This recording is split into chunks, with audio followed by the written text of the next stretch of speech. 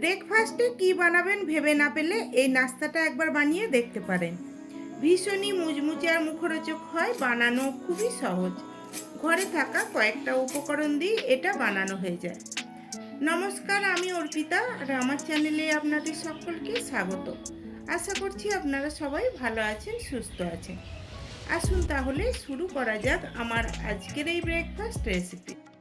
এই রেসিপিটা বানানোর জন্য আমি দুটো মাঝারি সাইজের সিদ্ধ আলু নিয়েছি। প্রথমে আলুগুলোর খোসাটাকে ছাড়িয়ে নেব।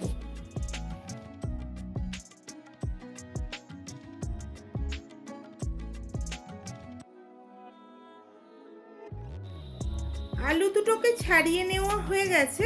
এইবারে এই আলুগুলোকে আমি একটা গ্রেটারে গ্রেট করে নেব। তবে আপনারা হাত দিয়েও এই আলুগুলোকে মেখে নিতে পারেন।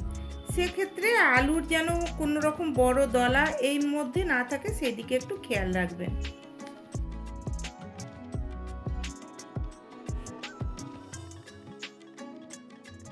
আলুগুলোকে গ্রেট করে নেওয়ার পর এক টুকরো আদাকেও আমি এর মধ্যে গ্রেট করে দেব।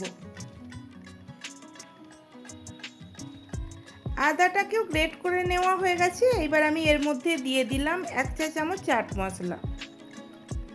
আপনারা চাইলে আমচুর পাউডারও দিতে পারেন। দিয়ে দিলাম স্বাদ মতো লবণ আর দিয়ে দিলাম কিছু ধনেপাতা কুচি।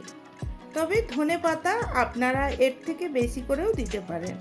এখন একটা চামচ দিয়ে সব কিছুকে ভালো করে মিশিয়ে নিতে হবে।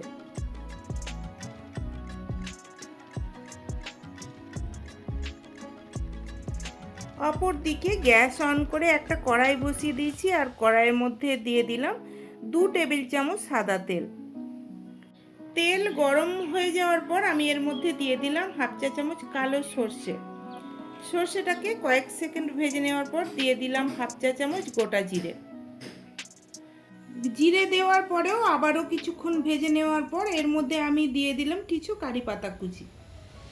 কারি পাতাগুলোকে আমি একটু ছোট ছোট করে কেটে দিয়েছি।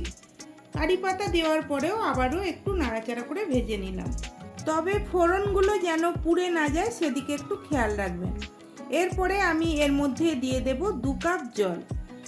দিয়ে দিলাম 1/2 চা চামচ চিলি ফ্লেক্স, দিলাম 1/2 চা চামচ লবণ আর দিয়ে দিলাম 4টে কাঁচা লঙ্কা কুচি। ঝালটা আপনারা আপনাদের হিসেব মতো কম বেশি করে নিতে পারেন।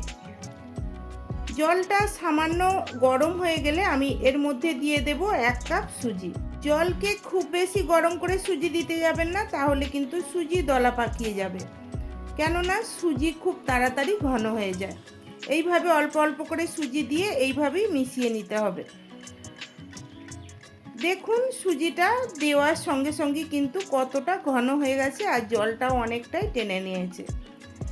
লো টু মিডিয়াম ফ্লেমে এই সুজিটাকে 2 থেকে 3 মিনিট এইভাবে নাড়াচাড়া করে একটু রান্না করে নেব। বন্ধুরা, আপনাদেরও হঠাৎ কিছু খেতে ইচ্ছে গেলে এই নাস্তাটা একবার বানিয়ে দেখতে পারেন। ভীষণই টেস্টি হয় আর বানানো খুবই সহজ। যে কোনো সময়ে আপনারা এটা বানিয়ে নিতে পারেন। সুজির মিশ্রণটা একেবারে ঘন হয়ে গেলে এর মধ্যে আমি যে আলুটা রেডি করে রেখেছিলাম সেটাকে দিয়ে দিলাম। তারপরে আলু আর সুজির মিশ্রণটাকে ভালো করে মিশিয়ে নিতে হবে। যে কথাটা বলছিলাম, আপনারা যদি বাড়িতে বানিয়ে থাকেন তাহলে কমেন্টে আমাকে জানাবেন কেমন হয়েছিল। রেসিপি ভালো লাগলে বন্ধু বান্ধব আত্মীয় পরিজনদের মধ্যে শেয়ার করে দেবেন। আর যেসব বন্ধুরা আমার চ্যানেলকে সাবস্ক্রাইব করেছেন তাদের অনেক অনেক ধন্যবাদ। যারা এখনও সাবস্ক্রাইব করেননি প্লিজ সাবস্ক্রাইব করে দিয়ে আমার পাশে থাকবেন। সুজির মিশ্রণটা রেডি হয়ে গেছে। এটাকে আমি ঢাকা দিয়ে রেখে দেব 15 মিনিট। 15 মিনিট পর মিশ্রণটাকে আমি একটা থালার মধ্যে ঢেলে নিয়েছি। এইবার এটাকে একটু সময় নিয়ে হাত দিয়ে ভালো করে মেখে নিতে হবে। মিশ্রণটা হয়তো হাতে আটকে যেতে পারে, তাই হাতে একটু একটু করে তেল নিয়ে এইভাবে মেখে নেবেন। আর রেসিপিটা যদি ফেসবুক থেকে দেখে থাকেন তাহলে চ্যানেলটাকে ফলো করে রাখার অনুরোধ রইল। সুজির মিশ্রণটাকে ভালো করে মেখে নেওয়া হয়ে গেছে। আমি আবারও হাতে তেল লাগিয়ে নিলাম। তারপরে মিশ্রণ থেকে অল্প একটু মিশ্রণ হাতের মধ্যে নিয়ে নিলাম। এইবার 2 হাতে তালু দিয়ে এটাকে এইভাবে একটু লম্বা শেপ দিয়ে নিলাম। আপনারা চাইলে গোল করেও বানিয়ে নিতে পারেন।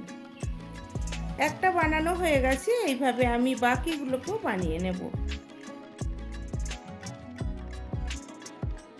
সবকটা নাস্তাকে বানিয়ে নেওয়ার পর এইবার এইগুলোকে ভেজে নেব। তার জন্য আমি আগে থেকেই তেল গরম করতে বসিয়ে দিয়েছিলাম। তেল ভালোভাবে গরম হয়ে গেলে গ্যাসের ফ্লেমটাকে লো করে দিয়ে কিছু নাস্তা আমি তেলের মধ্যে দিয়ে দিলাম। তবে একসঙ্গে অনেক কটা দিয়ে কিন্তু ভাজতে যাবেন না, তাহলে এইগুলো ভেঙে যেতে পারে।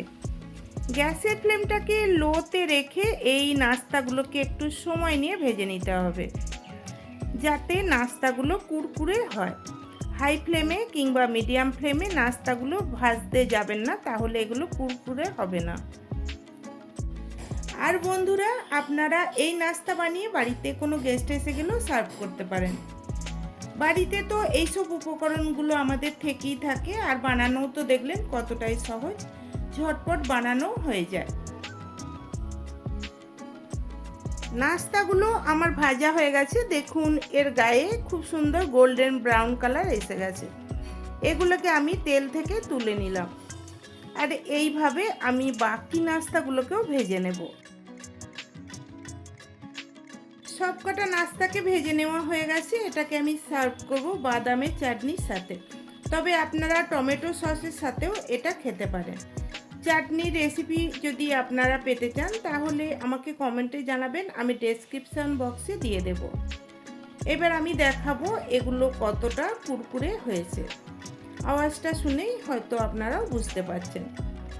আজকের মতো তাহলে রেসিপিটা এখানেই শেষ করলাম। আপনারা সবাই ভালো থাকবেন, সুস্থ থাকবেন। ধন্যবাদ।